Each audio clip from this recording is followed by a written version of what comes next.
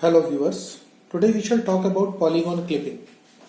As we had discussed earlier, we have to first check whether the polygon is convex or concave. Then only we can clip a polygon with respect to a rectangular clipping window boundary. Now see, there are two examples and the problems that we have to understand कि भाई क्या problems आने वाली हैं. जैसे for example आप line clipping methods को extend कर सकते हो और उसकी हेल्प से पॉलीगॉन क्लिपिंग कर सकते हो. जैसे यहां पर आप एक ही एग्जांपल देख रहे हैं. What is happening, dotted line से आपको एक पॉलीगॉन विंडो मतलब आपको एक क्लिपिंग विंडो दिखाई गई है और ये डार्क लाइन से आपको एक पर्टिकुलर पॉलीगॉन शेप दिया गया है. अगर हम इस पॉलीगॉन शेप को क्लिक करते हैं with respect to this clipping window तो जो हमारे पास रिजल्ट आएगा, और ये ध्यान रखिए क्लिपिंग हम किसके अकॉर्डिंग कर रहे हैं, with respect to line clipping algorithms. Okay, which means that कि अगर आपके पास कोई एक सिंगल लाइन है तो आपने उसको क्लिप कर लिया कि यहां तक की लाइन डिस्प्ले हो रही है, फिर यहां तक की लाइन डिस्प्ले हो रही है, तो रिजल्ट क्या निकलेगा इस पॉलीगॉन की क्लिपिंग का, you will get some lines. See 1 2 3 4 5 means line का जितना पोर्शन इस क्लिपिंग विंडो के अंदर आ रहा होगा केवल वो पोर्शन जो है विजिबल कर दिया जाएगा. But this is not the case in case of polygon clipping. Polygon clipping में we need a bounded region, a closed region in the form of an answer. Whereas the answer that we are getting here by simply using the line clipping techniques is an open region, or you can say it's a collection of lines only. So we have to make certain changes to this. Look at this particular example. What we are doing here, there is a polygon of a different shape. We are trying to clip it with the help of the clipping window. And if we use a proper method, that means modified use of the line clipping methods, we can get two closed regions. Okay, this is going to be the right answer of polygon clipping. So it means we can use the line clipping techniques but with certain modifications. The first method that we have here is referred to as Sutherland-Hodgman polygon clipping. In this clipping method, we try to think as if we are having a polygon, or you can say polygon clipping window, or you can say a polygon clipping pipeline. Say for example, यहाँ पर आप किस तरह काम करते हो, जो polygon की क्लिपिंग है वो आप ऐसे स्टार्ट करते हो कि सबसे पहले हम पॉलीगॉन को क्लिप करेंगे with respect to the left window boundary.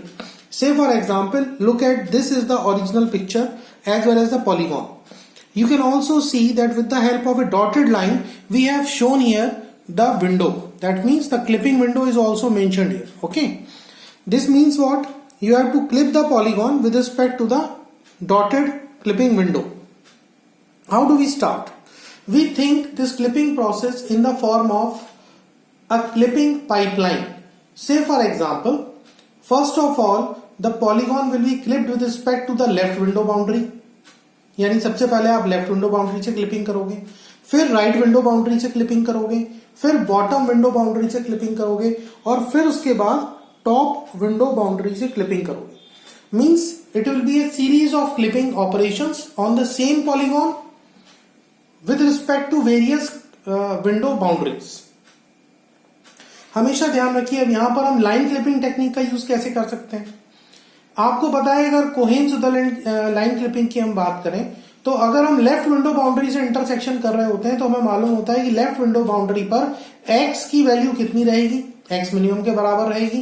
केवल हमें y की वैल्यू कैलकुलेट करनी होती है.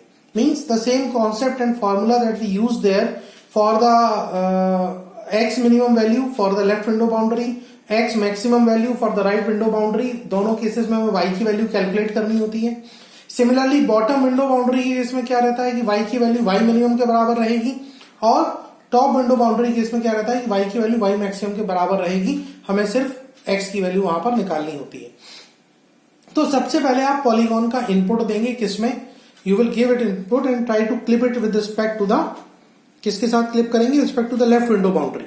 ये ध्यान दीजिए, ये फर्स्ट क्लिपिंग है, you can say it clip left window boundary के हिसाब से आपने उसकी क्लिपिंग कर दी. नाउ इस केस में आप कैसे ऑपरेट करते हैं, you operate in terms of कि आप हर एक जो दो पेयर्स हैं, जैसे आपने एक एज ले ली पॉलीगॉन की और उसके दो एंड पॉइंट्स हैं, उन दोनों एंड पॉइंट्स को आप क्या करते हैं, you put it before the left window boundary. Okay, मतलब आपने कहा कि वर्टेक्स V1 से V2 देखो कहां से कहां तक एज जा रही है, उसे लेफ्ट विंडो बाउंड्री से क्लिप करो, फिर V2 से V3, फिर V3 से V4, V4 से V5। मींस हम क्लॉकवाइज ऑर्डर में क्या करते हैं, हर एक एज को, हर एक वर्टेक्सेस को क्या करते हैं, we give its input to the left window boundary clipper. अब हमारे को क्या मिल जाता है, we get the new you can say new set of points. क्यों? क्योंकि जो लेफ्ट विंडो बाउंड्री से पॉलीगॉन का जितना हिस्सा क्लिप हो रहा होता है, कट हो रहा होता है, क्रॉप हो रहा होता है, वो अलग कर दिया जाता है। ठीक है ना। अब जो हिस्सा बचता है आपका वो किस तरफ है, लेफ्ट विंडो बाउंड्री के राइट हैंड साइड का हिस्सा बचा हुआ है केवल। फिर नेक्स्ट आप क्लिप करते हो तो वो जो लेफ्ट विंडो बाउंड्री क्लिपर के बाद जो आपका आउटपुट आया है, that goes as input to the right window boundary clipper. Okay, फिर राइट विंडो बाउंड्री से आप क्लिपिंग करते हो तो उसके बाद क्या बचता है आपके पास कि राइट विंडो बाउंड्री के राइट हैंड साइड का पूरा हिस्सा क्लिप हो जाता है, केवल राइट विंडो बाउंड्री के लेफ्ट हैंड साइड का हिस्सा ही हमारे पास as part of the polygon जो बचा हुआ है वो रह जाता है। फिर जब हम उसका इनपुट देते हैं किसमें, बॉटम विंडो बाउंड्री क्लिपर में, तो व्हाट विल हैपन, तब क्या होता है हमारे पास कि जो बॉटम विंडो बाउंड्री है हमारी, that particular window boundary is used. Okay, you can say here as if, look at this is the this particular one is after the left and right clipping. Now when this is given as input to the bottom window boundary clipper, you get this one. आप देखिए नीचे वाला जो portion है वो पूरा clip कर दिया जाता है। सिमिलरली जो बॉटम विंडो बाउंड्री के साथ में हमारे पास रिप्लाई आ रहा है, that particular answer is given as an input to the top window boundary clipping and you get what you get finally top window boundary से क्लिपिंग होने के बाद जो remaining portion of the polygon बच जाता है, that is given as an answer. So I think you can see कि कैसे हम लोग एक एक विंडो बाउंड्री के हिसाब से क्लिपिंग करते हैं। अब इसमें देखते हैं कि बाकी क्या पॉइंट्स हैं जिसका हमें यहां पर ध्यान रखना है। अब देखिए यहां पर कुल मिला के 4 केसेस हमारे पास हो सकते हैं, और वो 4 केसेस क्या हो सकते हैं with respect to any window boundary, उसको हम लोग देखते हैं ध्यान से। यहां पर जो हमें बताया जा रहा है with respect to left window boundary बताया जा रहा है। अब ध्यान से देखिए यहां पर क्या करना है आपको। आप देख सकते हैं कि यहां पर जिस एज को हम कंसिडर कर रहे हैं, ग्रीन में दिखाया गया है पॉलीगॉन है, जो डॉटेड विंडो दिखाई गई है हमारी क्लिपिंग विंडो है। इसमें आप देखिए पहला केस आ रहा है जिसमें कि हम जिस पॉलीगॉन एज को कंसिडर कर रहे हैं, that edge is going from outside to inside. देखिए V1 बाहर है, V2 अंदर है, और हम कौन सी वाली विंडो बाउंड्री के हिसाब से काम कर रहे हैं, लेफ्ट विंडो बाउंड्री के हिसाब से काम कर रहे हैं। तो यहां पर उनका कहना यह है कि हम लोग क्या सेव करेंगे, वी विल सेव 2 पॉइंट्स। देखिए इस लाइन को उन्होंने कैटेगराइज किया, कौन सी लाइन है, आउटसाइड से इनसाइड जाने वाली लाइन है, और इस केस में हमें कितने पॉइंट्स सेव करने हैं, we have to save 2 points. देखिए it is V1, I think it is V1 dash and it is V2। What is V1 dash? V1 dash is the intersection point of this particular line with the left window boundary.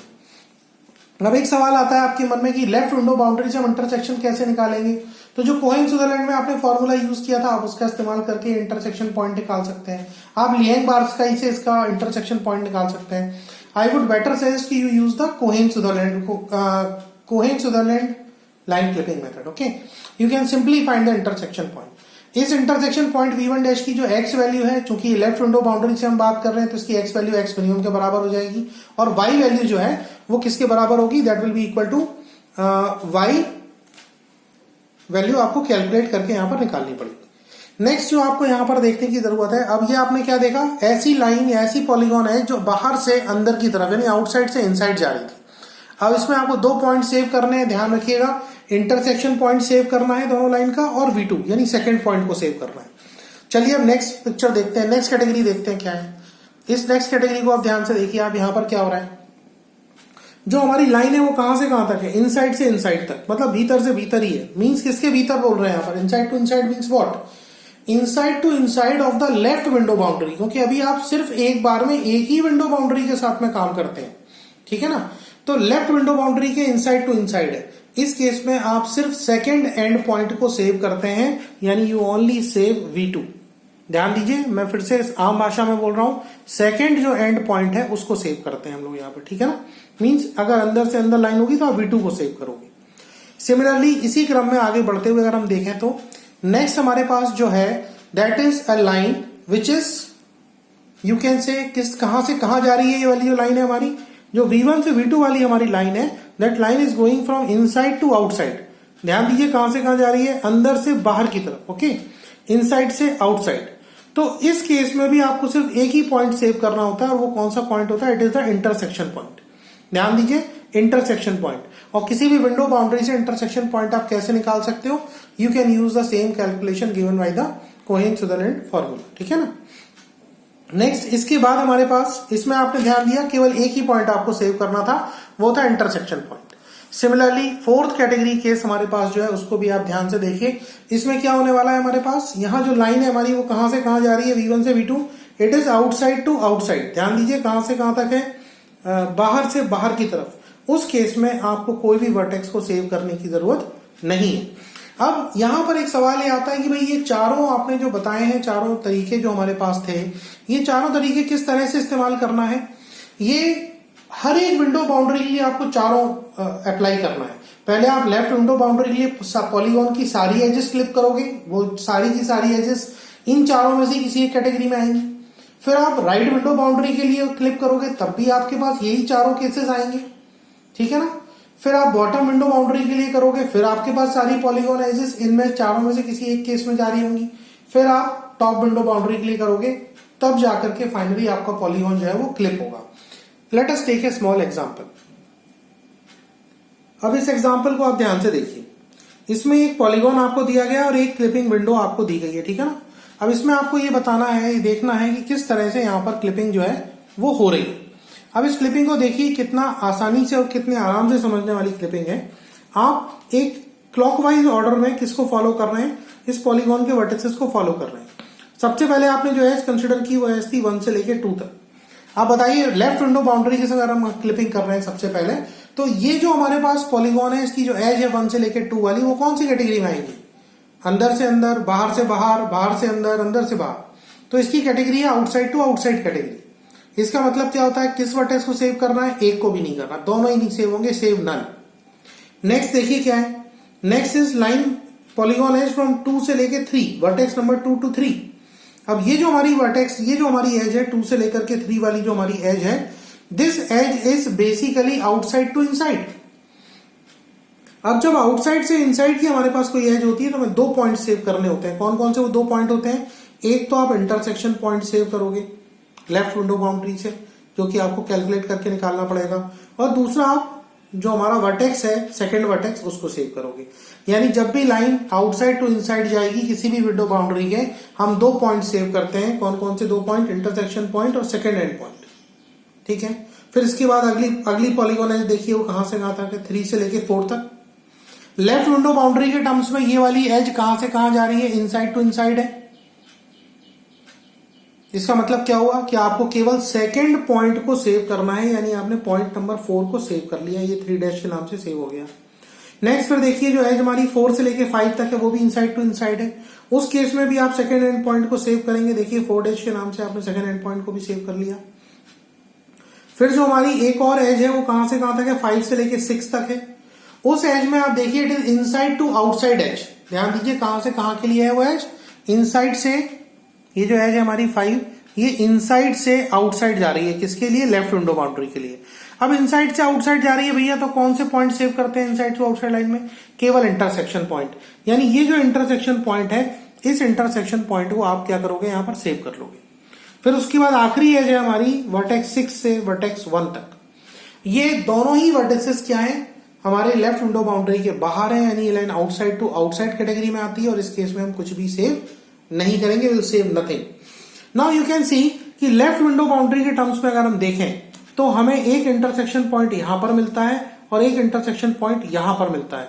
तो हमारा जो clipping polygon जो बचेगा left window boundary clipper से, that is this much polygon. यहां से लेकर के इतना इतना और फिर ये इतना पॉलीगॉन बचेगा। ये जो लेफ्ट विंडो बाउंड्री के लेफ्ट में जो हिस्सा आ रहा है वो क्लिप होकर के बाहर निकल जाएगा, अलग हो जाएगा। अब इस एग्जांपल में देखिए आप, उन्होंने सारी विंडो एजेस के साथ में आपको क्लिपिंग करके दिखाई हुई है। ये एक सिंपल सा यहाँ पर हमको एक ट्रायंगल दिया गया है और ये डॉटेड लाइन से हमको यहाँ पर एक क्लिपिंग विंडो जो है वो शो की गई है, आप इसको देख सकते हैं। इसमें ये वर्टेक्स हमारा V1 है, ये V2 है, ये V3 है। ये इनिशियल हमें ट्रायंगल एक दिया गया है। मतलब कितने वर्टेसेस दिए गए हैं हमको इनिशियल ट्रायंगल के अंदर? इनपुट क्या रहेगा हमारे पास? V1, V2, V3, 3 वर्टेसेस हैं। अब 3 वर्टिसेस का मतलब क्या हो गया, हम इनको एजेस के टर्म्स में कैसे देखें, V1 से V2 की एक एज है, V2 से V3 की एक एज है और V3 से V1 की हमारे पास एक एज है। इस तरह आप तीनों का इनपुट देंगे और किसमें आप इनपुट देने जा रहे हैं, आप सबसे पहले इनपुट देंगे लेफ्ट विंडो क्लिपर में, ठीक है ना। अब लेफ्ट क्लिपर में जब आप इनपुट देते हैं तो क्या होगा वो देखिए, और इस डायग्राम को भी ध्यान से देख लीजिए, शायद आगे मुझे इसको दिखाने में आपको दिक्कत होगी, इसे आप देख सकते हैं। अब देखिए V1 से लेकर के V2 और लेफ्ट विंडो बाउंड्री है इस तरह से कुछ, ये मैंने पेंसिल रख दी आपकी लेफ्ट विंडो बाउंड्री पे, ठीक है ना। लेफ्ट विंडो बाउंड्री जो आपने देखा अभी V1 से V2, तो V1 से V2 कौन सी कैटेगरी हो गई, V1 से V2 हो गई इनसाइड टू आउटसाइड, ये अंदर से बाहर की तरफ जा रही है जब लेफ्ट विंडो बाउंड्री हम कंसिडर कर रहे हैं। तो उस केस में हम कितने पॉइंट सेव करते हैं, केवल एक पॉइंट को हम सेव करते हैं। ध्यान दीजिए कौन सा पॉइंट सेव होता है, इंटरसेक्शन पॉइंट।